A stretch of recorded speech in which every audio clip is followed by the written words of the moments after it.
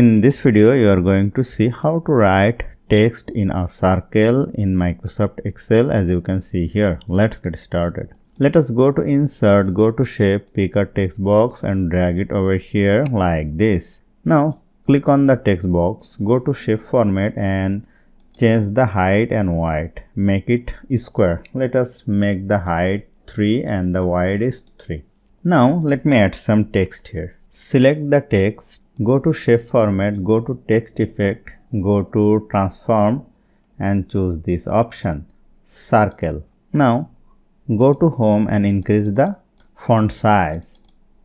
And you will see I have successfully changed the text into circle. And if you want, you may remove the text box. Click on it, go to Shape Format, go to Shape Fill, make it no fill, go to Shape Outline, make it no outline, and you can move it anywhere. So hope you found this video helpful. If you like this video, please share this video with your friends and family and don't forget to subscribe. Thank you.